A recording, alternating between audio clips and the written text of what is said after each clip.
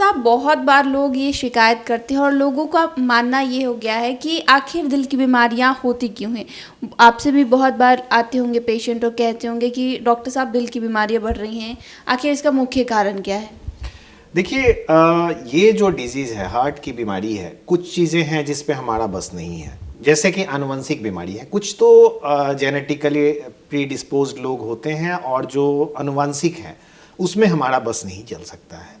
लेकिन इसके अलावा जो बीमारी है ये नॉन कम्युनिकेबल डिजीज़ है। नॉन कम्युनिकेबल डिजीज़ आज के डेट में सबसे ज़्यादा मोर्टालिटी का कारण, मृत्यु का कारण बन रहा है। तो इसमें हम ना खुद रिस्पॉन्सिबल हैं इस बीमारियों के लिए। खुद का मतलब आप अपने भी हो सकते हैं और आपका समाज है। जैसे इसमें कुछ रिस्क फैक्टर जो सबसे कॉमन और सबसे ज़्यादा है और सबसे भयावह स्थिति है, जो कार्डियोवास्कुलर डिजीज, जो कि अबाउट 30% ऑफ डेथ के लिए रिस्पॉन्सिबल है। आप समझें कि हर तीसरे मौत में एक मौत के लिए जिम्मेवार कार्डियोवास्कुलर डिजीज है। अब ये होता क्यों है? इसमें होने में आजकल जो कुछ चीज़ें, नई नई चीज़ें आ रही हैं, उसमें एक स्ट्रेस बहुत बड़ा कारण बन के आ रहा है। तो हम आजकल ना इतने हाईटेक हो गए हैं और टेक्नोलॉजी भी हमें परेशान करने लगा है। लोगों की अपेक्षाएं बहुत बढ़ गई हैं, पेरेंट्स को बच्चे से और बच्चे को पीयर ग्रुप से। तो ये जो स्ट्रेस है वो बहुत ज़्यादा बढ़ गया है। तो जो अभी मैं नई के जो रिस्क फैक्टर है उसी पे पहले चर्चा करें। तो जो स्ट्रेस है, किसी तरह का स्ट्रेस है, वो हो गया है पुअर स्लीप। पहले हम लोग सोना बहुत ख़राब चीज़ मानते थे, लेकिन स्लीप भी एडिक्वेट 7 से 8 घंटे की स्लीप जरूरी है। तो स्लीप और एयर पॉल्यूशन, ये 3 नया कारण बन के उभर के आया है, जो कि बहुत रिस्पॉन्सिबल है हमारे कार्डियोवास्कुलर डिजीज़ जो ज़्यादा हो रहे हैं उसमें। इसके अलावा जो ट्रेडिशनल रिस्क फैक्टर है उसमें आप देखें कि हमारा कल्चर चेंज कैसे कर रहा है। हमारे बच्चे pizza, burger, Maggi, cold drinks ज़्यादा लाइक करते हैं।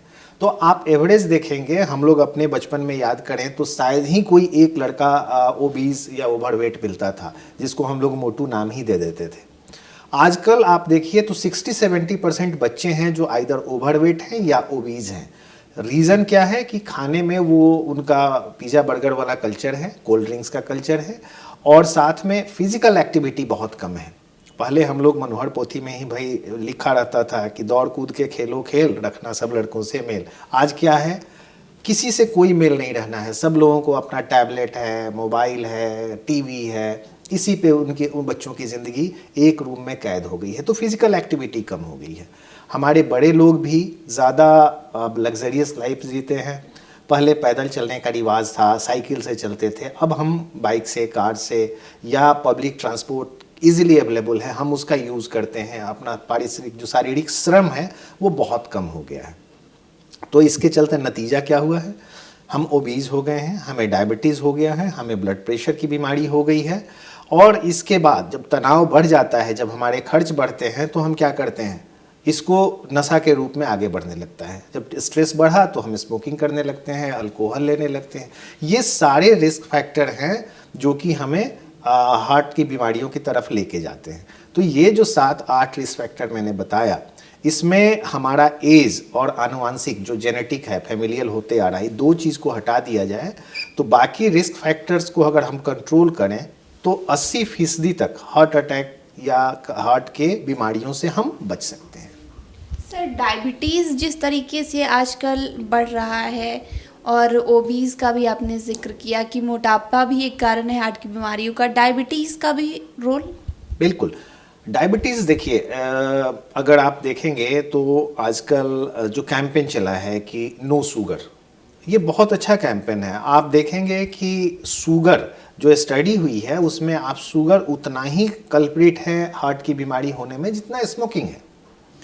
तो हम लोग क्या होता है ना कि ये रॉ एनर्जी है, रॉ कैलोरी है, जिसको लेते हैं, जिससे हमारा बॉडी वेट बढ़ता है और ज़्यादा इंसुलिन सिक्रीट करना पड़ता है पैंक्रियाज को। तो धीरे धीरे पैंक्रियाज भी थकता है और इंसुलिन का लेवल कम होने लगता है, इंसुलिन रेसिस्टेंस बढ़ने लगता है, ओबेसिटी में भी हो जाती है।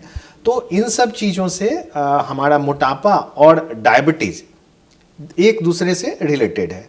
और डायबिटीज़ जब होता है तो हमारी जो आर्टरीज हैं वो बहुत तेज़ी से ख़राब होने लगती हैं, जो कि फिर हार्ट अटैक और स्ट्रोक लकवा पैरालिसिस की बीमारी का न्योता देता है। इससे हमारे आँख की रोशनी चली जाती है, किडनी को भी खराब करता है। तो डायबिटीज़ तो मदर ऑफ ऑल डिजीज आप कह सकते हैं।